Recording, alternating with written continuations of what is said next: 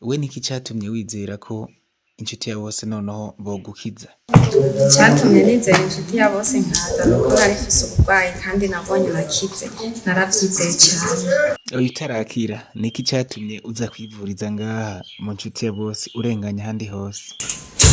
Cyatumye nizera kuza nababariye ko hari umugenzi wanje nanje yahandangiye niwe yanzanye uwo mwapfuye yarakize. Ikigo cy'ubuvuzi kama inshuti ya Bose mu ntumbero yo guhimbaza imyaka 10 kimaze kibayeho cyaciye gifata ingingo yo gutera agatwengo abantu bose bacitura mu kubagabaniriza ibiciro ku rugero rwa 50% haba ku miti ndetse no ku bikorwa byose bibera mu kigo inshuti ya Bose. Twongera tubaramutsa tunabipfuriza kugira amagara meza noneho mu banyu, ariko kandi twongera tunabibutsa ko tukiri no muri yandwi ya nyuma ya promotion igabanurwa ry'ibiciro ry'imiti, noneho aho ushobora kwigurira imiti ku giciro ca 50%, noneho urumva ko ari muri promotion. Ariko kandi uyu ni umwe mu bamama noneho bari barasinzikajwe n'ibivyimba, ariko aza gutora mitende ndetse aza no gukira akijijwe n'ikigo cy'ubuvuzi kama inshuti ya Bose, aho ariko agenda arangiza imiti yahawe n'ikigo cy'ubuvuzi kama inshuti ya Bose. Kurikirana ikiganiro twakoranye nawe atubwira uko yituye ikigo cy'ubuvuzi kama inshuti ya Bose. Mbega mugifatwa niyo ngwara mwababara gute? Ego tugifatwa niyo ngwara jewe narababara mu nda, nkababara ngaha munsi y'umukondo kandi n'ingufu zigahera. Hariho n'igihe ndiyinjya naza numva inda yuzuye nkaka n'umucanwa mu nda, nkumva mu nda hariko haraka umucana.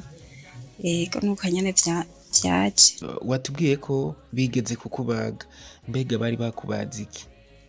Bambaze ivyo nyene nivyo ivyo bivyimba nyene nivyo bari bambaze, ariko naho babimbaze vyaciye bigaruka. Ni kuvuga barakubaza ivyo bivyimba hanyuma vyongera biragaruka? Ego. Kuki utasubiyeyo ngo bakubage? Oya naravyase kubera nanje nariko ubuzima bwari kuhava buca bumererwa nabi. Umugenzi wanje yaciye ambwira yuko ngaha babivura nzoze bamvure. None bivanye n'ukuntu bwa mbere na mbere wababara, mbega ubu hari cyahindutse muri iyi miti noneho uri kurafata wahawe n'ikigo cy'ubuvuzi kama inshuti ya Bose? Ego cyane hari icyahindutse. Nabikubwiye icyahindutse n'ubwo bubabare ntabwo ncumva, kandi ubu naho novuga ngo ndiruka nta na kimwe sishobora kubabara. Baratubwiye yuko ngaha mu inshuti ya Bose hariho imashini zikiza ingwara z'ibivyimba, mbega wewe woba wazibonye? Oya sindazibona, niho naringishika. None uraza gusaba bagucishe muri izo mashini kugira ngo ukirunyaruka?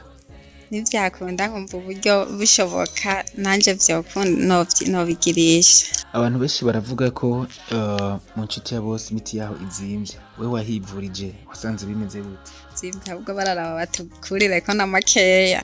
Wosaba iki ubuyobozi bw'ikigo cy'ubuvuzi kama inshuti ya Bose noneho kubijanye n'abagwayi? Akamono batera nuko boza bararaba nabo nyene bakatugabaniriza ibiciro, kuko natwebwe biba biratugora, ibintu by'uburyo by'amahera biratugora. Baranavuga kandi ko imiti yo mu nshuti ya Bose igoye kunywa, we ntiyakugoye kunywa?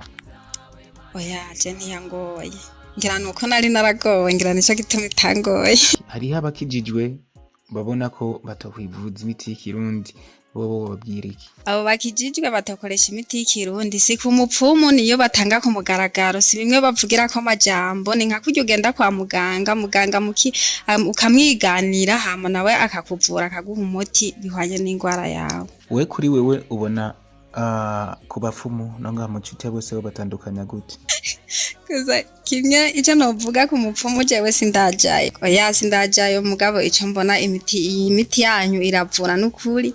Nta bintu bijya bavuga ngo bariko baravugira ko amajambo, je nta bintu ndabona. Benshi baravuga yuko iyo bagiye ku bapfumu ngo babavugira imiti yabo ko amajambo, ntavyo ndabona. Mwatubwira akazina kanyu naho mwaje muva? Jewe nitwa Nimbona Sophie, nkaba naje mva Isonga. We niki cyatumye wizera ko inshuti ya Bose noneho bogukiza?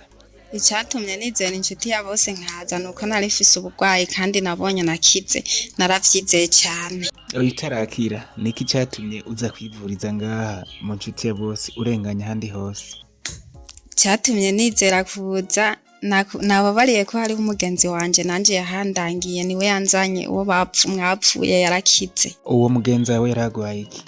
Nawe nyene yaragwaye nkuko kuwanje yaragwaye Ibivyimba. Hari abantu bavuga yuko abo bantu bashinga intahe aba ari abantu bahawe amafaranga kugira ngo bamamarize ikigo cy'ubuvuzi ka inshuti ya Bose. We abo bantu bavuga ku iki? Kamaje nta mahera mwampaye, je nta mahera kweri mwampaye, na jewe narahipfuje. Uzobibona ankene yaraza mbaze. Mbega uri kuraraba imiti y'ikigo cy'ubuvuzi ka inshuti ya Bose, wowe uyifata nka kurya basanzwe bafata imiti yo kwa muganga? Ego cyane, bayifata mu gatondo, ukayifata saa sita, ukayifata no mwijoro. Mbega ko nzi iyindi miti mu kuyifata bisaba yuko uyifata wafunguye, n'imiti yo mu nshuti ya Bose niko bimeze? Oya, gufungura nawe ububizi yuko ufata umuti wafunguye. Nukuri barabimbwiye ariko jewe narayifata kandi naho nayifata ntafunguye nta nakimwe naba. Irimwo amavitamine rero. Ndibaza yo barimwo. Tera kamurera abandi bagwayi izindi ngwara zitandukanye, aho tuzi yuko ngaha mu kigo cy'ubuvuzi kama bavura ingwara nyinshi zananiranye. Ego nukuri jewe akamuntera abantu boza kwivuza kuko ingwara nka zose barazivura kiretse sinzi nka malaria ntavyonzi, ariko izo zindi ngwara ibivyimba ngira n'ama infection n'izindi noba ntazi ndibaza ko ngaha barazivura kandi zirakira. Bisigura yuko umuntu ari hinusu yayo yorishe. Erega nivyo nyene igitangaza rero mu kigo inshuti ya Bose basigaye bagira sona na massage bakoresheje za mashini karuhariwe zimwe zikura ubucafu mu mubiri bumwe butera ibivyimba n'izindi ndwara. Izo mashini zifise ubushobozi bwo gusukura mu mubiri bigatuma imitsi zibuka amaraso agatembera neza. Hewe cya kigo kigeze hiyo urakibuza ariko yemwe nk'ivyo usanga bizimba. Mbewe urakomeye muri ino misi turiko turigina yubire y'imyaka 10 ikigo inshuti ya Bose kimaze kibaye. Massage zose bazikora ku buntu. Ngo ngwicyo hogi tujane twigire ndikiremwa nawe uri kiremwa nyene. Yubire nziza y'imyaka 10 ku kigo cy'ubuvuzi kama inshuti ya Bose, nayo utwo turusho tuzomara umwanya urumerumara. Inshuti ya Bose gikorera mu ntara ya Gitega, komine Gitega umusozi Rutegama, haruguru y'isoko y'inka. Bakure kuri 69 199 amajana 247 canke kuri 79 amajana 766 amajana 951. Kaze namwe mugacemwo.